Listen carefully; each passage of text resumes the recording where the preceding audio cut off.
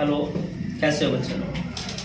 तो बच्चे लोग, आप लोग जानते हो कि मार्च को आपका मैथ का पेपर है, तो सभी बच्चों को बहुत बहुत शुभकामनाएं। तो बच्चे, मैथ बड़ा इजी सब्जेक्ट है, इतना डरना नहीं होता जैसे मैथ को बताया जाता है। कुछ आपको इंपोर्टेंट क्वेश्चंस बता रहे हैं, उनको आपको करना है। जैसा आप जानते हो, पहला चैप्टर आपका क्या है? Real number. रियल नंबर में से आपको क्या करना है? √2, √3, √5 इज अ इर्रेशनल नंबर। एक क्वेश्चन आपको ऐसे करना है कि इर्रेशनल नंबर प्रूफ करना ही करना है। एक नंबर में एक क्वेश्चन आपसे पूछ लिया जाएगा। दूसरा, आपको एक दिया जाएगा LCM into HCF equal to first number into second number. LCM दिया जाएगा, एचसीएफ दिया जाएगा, हो सकता है फर्स्ट नंबर पूछ ले या सेकंड नंबर पूछ ले, हो सकता है फर्स्ट नंबर दिया जाए, सेकंड नंबर दिया जाए, एचसीएफ या एलसीएम पूछ ले। इनको वेरिफिकेशन के लिए बोलेगा कि इनको वेरीफाई करो, तो उनको ये क्वेश्चंस करना है।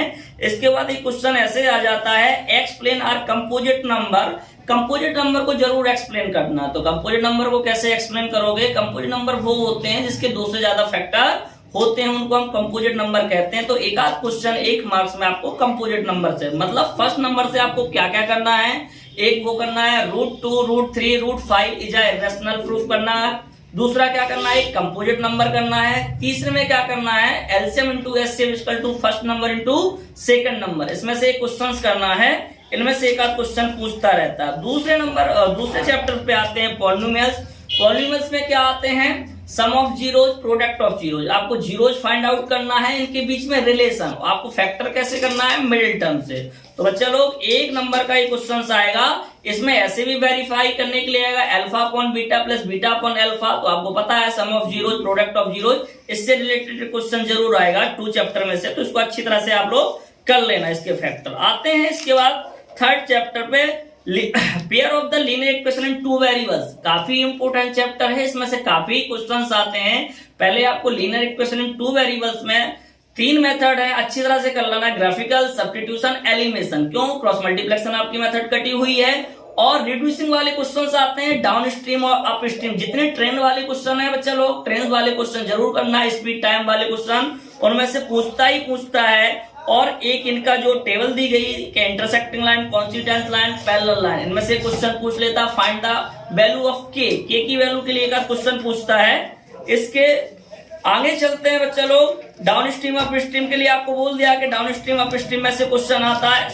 एक्सरसाइज 3.6 में से solve the following pair of the equation by the reduction from pair of the linear equation. इनको पहले लीनियर इक्वेशन में कन्वर्ट करना होगा, फिर इन्हें सॉल्व करना। कैसे करना होगा? जब कहीं 1/x या 1/y हो, जहां भी वेरिएबल x/y की फॉर्म में आ जाए नीचे, तो समझ जाओ इसे पहले किसमें कन्वर्ट करना है? लीनियर इक्वेशन में। आते हैं चैप्टर 4 की तरफ से, क्वाड्रेटिक इक्वेशन। क्वाड्रेटिक इक्वेशन को आपको सॉल्यूशन करने आने चाहिए। क्वाड्रेटिक इक्वेशन कैसे फॉर्म करना है? डिस्क्रिमिनेंट आना चाहिए, d = b² - 4ac। इसका नेचर आना चाहिए, कैसा नेचर है। और इनकी इक्वेशन सॉल्व करने थोड़ी बर्ड प्रॉब्लम में आती हैं, तो उनको बर्ड प्रॉब्लम को भी आपको उनको सॉल्व करना। आपकी कंप्लीटिंग मेथड इसमें से कटी है, आपको कंप्लीटिंग मेथड का कोई क्वेश्चंस नहीं करना है। सेक्शन क्वाड्रेटिक फार्मूले से आपको क्वेश्चंस करने हैं। और क्वाड्रेटिक फार्मूला कहां लगाना है आप खुद समझदार हो, अच्छी तरह से जानते हो कहां कहां करना है। नेचर ऑफ रूट से एक क्वेश्चन जरूर आएगा, और नेचर ऑफ रूट से हमेशा एक बार वैल्यू पूछा जाएगा। फाइंड द वैल्यू ऑफ के या इक्वल रूट्स हैं, इसमें से कोई की वैल्यू पूछता है। अरिथमेटिक प्रोग्रेसिंग बहुत ही इंपॉर्टेंट चैप्टर, सबसे छोटा चैप्टर और ज्यादा मार्क्स में आएगा। आपको पता है इसमें से जनरल टर्म, ए की वैल्यू, डी की वैल्यू और nth टर्म यही पूछे जाएंगे इसमें से।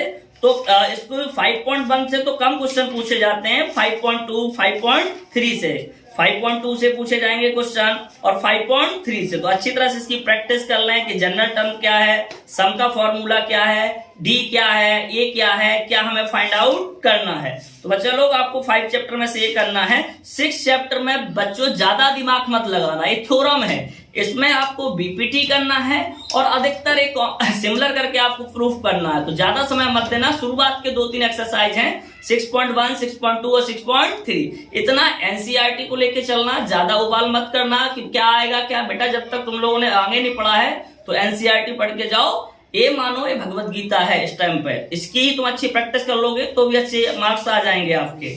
तो बीपीटी थ्योरम इसमें से जरूर करना। 6 चैप्टर में से अधिकतर बीपीटी थ्योरम आती है।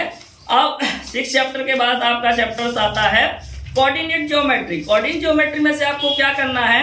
कोऑर्डिनेट ज्योमेट्री में सबसे पहले आपको डिस्टेंस फार्मूला से एक ना एक क्वेश्चन पूछा ही जाता है कि प्रूफ करो ये पैरेललोग्राम है, स्क्वायर है, ट्रेपेजियम, और कुछ जो 7.1 से क्वेश्चन नंबर 7, 8, 9, 10 काफी इंपोर्टेंट क्वेश्चन है। Find the point of the X which the equally distance, या एक्स वाई बीच के बीच रिलेशन क्या है, तो इससे करो। सेक्शन फॉर्मूला एक क्वेश्चन पूछेगा सेक्शन फॉर्मूला से, या फाइंड द रेशियो, रेशियो निकालने के लिए कि किस रेशियो में इसको डिवाइड कर रहे हैं।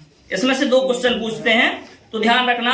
एरिया ऑफ ट्रायंगल आपका कटा हुआ है, इसको ध्यान नहीं देना है, तो आपको सिर्फ क्या करना है, कोऑर्डिनेट ज्योमेट्री में 7.1 और 7.2 2 ही एक्सरसाइज करनी है।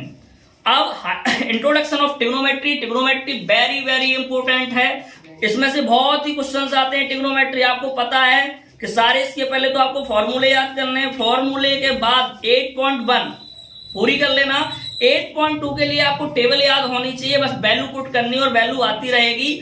और इसमें प्रूफ करने के क्वेश्चंस 100% एनसीईआरटी से ही आते हैं। तो आपको प्रूफ करने के लिए क्या करना है, प्रूफ करने के लिए आपको एग्जाम्पल 15, 13 और 8.4 का क्वेश्चन नंबर 5 के जितने भी 10 पार्ट हैं, इन 10 क्वेश्चन को जरूर कर लेना। एक क्वेश्चन 3 मार्क्स में या 4 मार्क्स में जरूर आएगा प्रूफ करने के लिए। Some application of trigonometry 2 number में आएगा। आपको ट्रिग्नोमेट्री आती है तो इसके एप्लीकेशन भी जरूर आते होंगे। डायग्राम पे ध्यान देना, डायग्राम बनते ही क्वेश्चन सॉल्व हो जाएंगे इसको।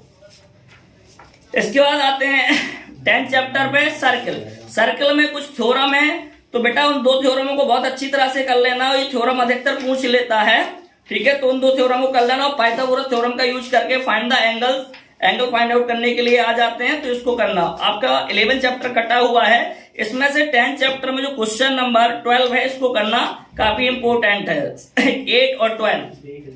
11 कंस्ट्रक्शन आपका कटा हुआ है, 11 में से आपका कुछ नहीं आ रहा, तो इसको देखना भी नहीं है क्या आना क्या नहीं आना। Area related to circle, area related to circle में आपको क्या करना है, जितने भी मेंसुरेशन के फॉर्मूले हैं सारे पहले आपको वो लर्न करने हैं। क्वेश्चन को समझना है किसका हमें एरिया निकालना है, कोई सी सेक्टर का, सेगमेंट का, ठीक है, शेडेड रीजन का। तो सारे शेडेड रीजन वाले जितने पोर्शन है सारे शेडेड वाला आपका आना ही है।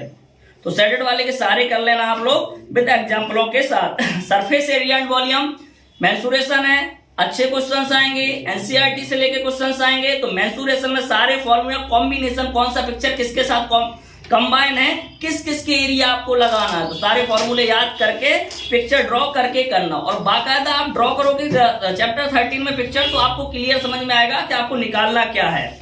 14 चैप्टर की तरफ आते हैं, तो 14 चैप्टर को देखते हैं स्टैटिक्स। और स्टैटिक्स बहुत इजी और 8 मार्क्स आपके पक्के हैं।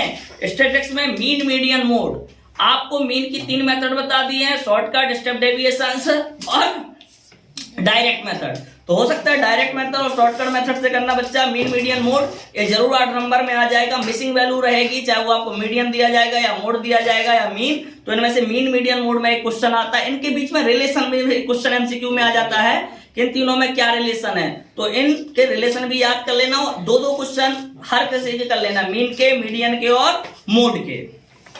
लास्ट में आपका लास्ट चैप्टर रहता है 15 चैप्टर प्रोबेबिलिटी, काफी इंपोर्टेंट चैप्टर है प्रोबेबिलिटी, क्योंकि लास्ट चैप्टर है। आपको कार्ड की नॉलेज होना चाहिए, प्लेइंग कार्ड जिससे आप जानते हो उसमें फेस कार्ड क्या होते हैं, एस क्या होते हैं, ऑनर कार्ड क्या होते हैं, कितने साइड होते हैं, अच्छी तरह से करना। नंबरिंग की जानकारी होना चाहिए, प्रोबेबिलिटी क्या होती है, किसके बीच में होती है, 0 से ग्रेटर देन होती है, 1 से लेस देन होती है, जितनी भी थ्योरी है प्रोबेबिलिटी की वो करना। आने ना प्रोबेबिलिटी प्लस प्रोबेबिलिटी नॉट ई वाला क्वेश्चन देख लेना, किसकी प्रोबेबिलिटी फाइंड आउट करनी है वो। प्रोबेबिलिटी का ध्यान रखना, क्वेश्चन बड़ा घुमा के आएगा लेकिन आएगा जरूर। तो कार्ड से रिलेटेड देखना, एटलीस्ट एटमोस्ट वाले, डाइस वाले क्वेश्चन, गर्ल्स और बॉयज वाले क्वेश्चन कि किसकी प्रोबेबिलिटी क्या होती है। तो बच्चा लोग बेस्ट ऑफ लक कल के एग्जाम के लिए।